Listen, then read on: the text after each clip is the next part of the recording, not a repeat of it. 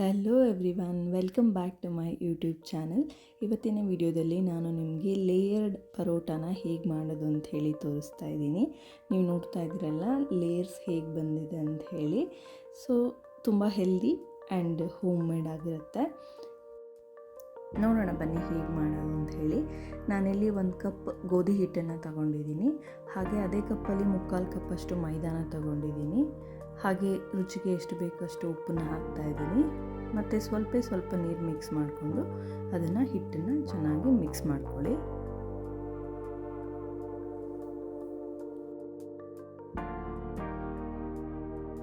ಒಂದೇ ಸಲ ಜಾಸ್ತಿ ನೀರು ಹಾಕಬೇಡಿ, ಸ್ವಲ್ಪನೇ ಹಾಕ್ಕೊಂಡು ಹಿಟ್ಟು ಒಂದು ಹದ ಬರೋ ರೀತಿಯಲ್ಲಿ ನೀಟಾಗಿ ಮಿಕ್ಸ್ ಮಾಡ್ಕೊಳ್ಳಿ.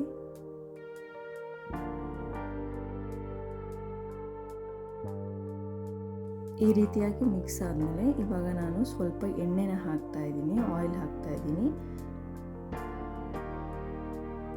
ಆಯಿಲ್ ಹಾಕಿದ್ಮೇಲೆ ಒಂದು 5 ನಿಮಿಷ ಚೆನ್ನಾಗಿ ಅದನ್ನು ನಾದ್ಕೊಳ್ಳಿ, ಆಯಿಲೆಲ್ಲ ಅಬ್ಸರ್ವ್ ಆಗೋ ರೀತಿಯಲ್ಲಿ. ಸೊ ಫುಲ್ ಆಯಿಲ್ ಹಾಕಿ ಎಲ್ಲ ನಾದಿ ಆದಮೇಲೆ ನೋಡಿ ನಿಮಗೆ ಹಿಟ್ಟು ಈ ಕನ್ಸಿಸ್ಟೆನ್ಸಿಗೆ ಬಂದಿದೆ. ಇವಾಗ ಹಿಟ್ಟನ್ನು ಒಂದು 10 ನಿಮಿಷ ರೆಸ್ಟಿಗೆ ಇಟ್ಟು 10 ನಿಮಿಷ ಆದಮೇಲೆ ಹಿಟ್ಟು ತುಂಬ ಸಾಫ್ಟ್ ಆಗಿರುತ್ತೆ. ಅದು ಸಾಫ್ಟ್ ಆದ ನಂತರ ಅದನ್ನು ಒಂದು ಬಾಲ್ ಸೈಜ್ ಆಕಾರಕ್ಕೆ ನಾನು ತಗೋತಾ ಇದ್ದೀನಿ, ಬಾಲ್ ಸೈಜ್ಗೆ ತಗೋತಾ ಇದ್ದೀನಿ ಹಿಟ್ಟನ್ನು.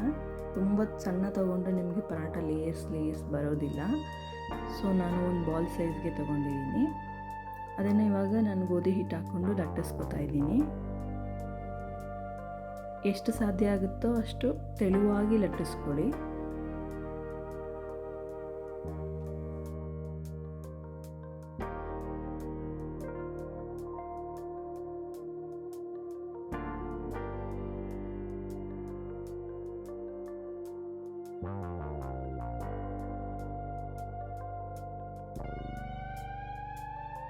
ನೋಡಿ ನಾನು ತೋರಿಸ್ತಾ ಇದ್ದೀನಿ ಎಷ್ಟು ತೆಳುವಾಗಿ ಲಟ್ಟಿಸಿದ್ದೀನಿ ಅಂತ ಹೇಳಿ.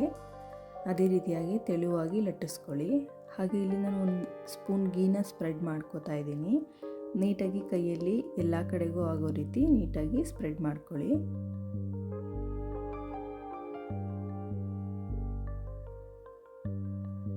ಹಾಗೆ ನಾನು ಇಲ್ಲಿ ತೋರಿಸ್ತಾ ಇದ್ದೀನಲ್ಲ ಅದೇ ರೀತಿಯಾಗಿ ಕೇರ್ಫುಲ್ಲಾಗಿ ನೋಡಿಕೊಂಡು ಲೇಯರ್ಸ್ ಬರೋ ರೀತಿಯಲ್ಲಿ ಮಾಡ್ಕೊಳ್ಳಿ ಪರಾಟ ಲೇಯರ್ಸ್ ಬರೋ ರೀತಿ ಮಾಡೋದಕ್ಕೆ ತುಂಬ ಟ್ರಿಕ್ಸ್ಗಳಿದ್ದಾವೆ. ಸೊ ಕೆಲವೊಬ್ಬರು ಅದನ್ನು ಕಟ್ ಮಾಡಿ ಮತ್ತು ರೋಲ್ ಮಾಡಿ ಕೂಡ ಅದನ್ನು ಲಟ್ಟಿಸ್ತಾರೆ. ಸೊ ಅದರಲ್ಲಿ ಇದು ಕೂಡ ಒಂದು ಟ್ರಿಕ್ಕು. ಸೊ ಇದನ್ನು ಕೇರ್ಫುಲ್ಲಾಗಿ ನೋಡಿಕೊಂಡು ನಾನು ಹೇಗೆ ಮಾಡ್ತಾಯಿದ್ದೀನಿ ಅದೇ ರೀತಿಯಾಗಿ ನಿಮಗೆ ಲೇಯರ್ ಬರೋ ರೀತಿಯಲ್ಲಿ ನಿಧಾನವಾಗಿ ಮಾಡ್ಕೊಳ್ಳಿ. ಸೊ ನಾನು ಮಾಡಿ ಆದಮೇಲೆ ಅದನ್ನು ರೋಲ್ ಮಾಡಿ ಲಟ್ಟಿಸ್ಕೊತೀನಿ.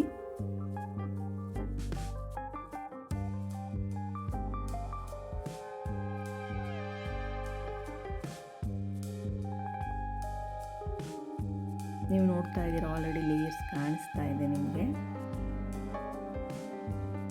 ನೋಡ್ತಾ ಇದ್ದೀರಾ. ಇವಾಗ ಸ್ವಲ್ಪ ಗೋಧಿ ಹಿಟ್ಟು ಹಾಕ್ಕೊಂಡು ಇದನ್ನು ಲಟ್ಟಿಸ್ಕೊತಾ ಇದ್ದೀನಿ. ತುಂಬ ತೆಳು ಲಟ್ಟಿಸ್ಬೇಡಿ, ಪರಾಟ ಯಾವ ಸೈಜ್ ಇರುತ್ತೋ ಆ ಸೈಜ್ಗೆ ನೀವು ಲಟ್ಟಿಸ್ಕೊಂಡ್ರೆ ಸಾಕು. ಸ್ವಲ್ಪ ಮಂದ ಇರಲಿ.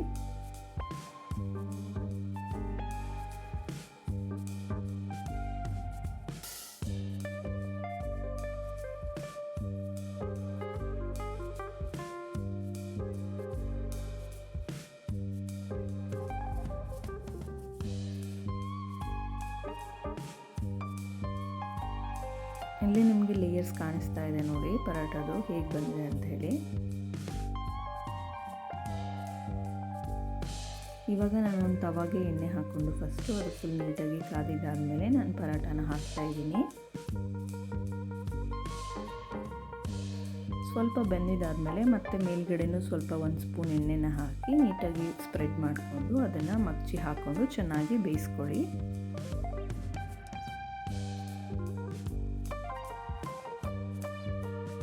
ಕಂಪ್ಲೀಟಾಗಿ ಪರಾಟ ಬೇಯೋ ತನಕ ನೀವು ಆಯಿಲ್ನ ಹಾಕಿನೇ ಅದನ್ನು ಬೇಯಿಸ್ಕೊಬೇಕಾಗುತ್ತೆ. ಟೇಸ್ಟ್ ತುಂಬ ಚೆನ್ನಾಗಿರುತ್ತೆ ಆವಾಗ.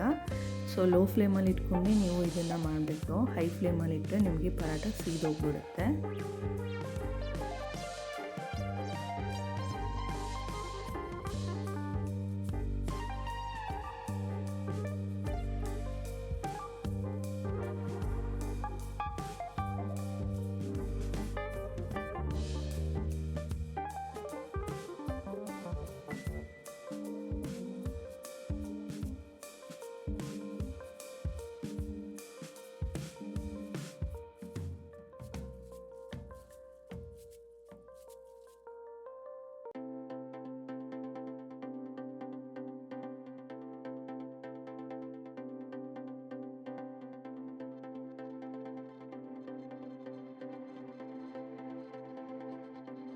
ಎರಡೂ ಸೈಡು ಬೆಂದು ಪರಾಟ ರೆಡಿ ಆಗಿದೆ. ಇವಾಗ ನೋಡ್ತಾ ಇದ್ದೀರಲ್ಲ ಲೇಯರ್ಸ್ ಹೇಗೆ ಬಂದಿದೆ ಅಂತ ಹೇಳಿ.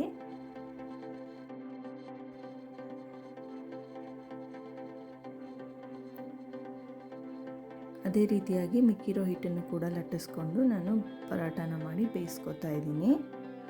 ಇಲ್ಲಿ ನಾನು ಹೆಲ್ತ್ ಕಾನ್ಷಿಯಸ್ಗೋಸ್ಕರ ಫುಲ್ ಮೈದಾನ ಯೂಸ್ ಮಾಡಿಲ್ಲ, ಅರ್ಧ ಮೈದಾ ಹಾಗೆ ಅರ್ಧ ಆಟಾನ ಯೂಸ್ ಮಾಡಿದ್ದೀನಿ. ಸೊ ಇಲ್ಲ ನೀವು ಫುಲ್ ಮೈದಾನೇ ಬೇಕು ಅಂತ ಹೇಳಿದ್ರೆ ನೀವು ಫುಲ್ ಮೈದಾನೇ ಯೂಸ್ ಮಾಡ್ಕೋಬಹುದು.